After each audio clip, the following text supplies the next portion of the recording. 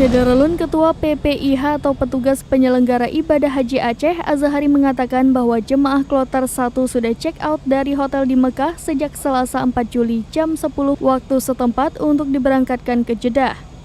Jemaah kloter 1 yang terdiri dari 171 laki-laki dan 221 perempuan berasal dari Banda Aceh, Aceh Besar, dan Pidijaya. Mereka berangkat dari Bandar Udara Internasional King Abdul Aziz jam 15.18 waktu Arab Saudi dan tiba di Bandara Internasional Sultan Iskandar Muda pada pukul 3.17 waktu Indonesia Barat.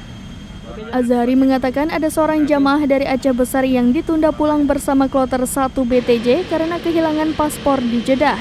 Tapi dikarenakan surat keterangan pengganti paspor sudah ada, ia akan pulang bersama kloter 3 BTJ nanti. Azahari juga mengatakan ada 2 jemaah kloter 1 yaitu Anwar Usman dan Almarhamah yang dimutasi ke kloter 4 BTJ karena ada jemaah yang mutasi masuk ke embarkasi Jakarta yaitu Usman Ali dan Muhammad Sanusi Basyah.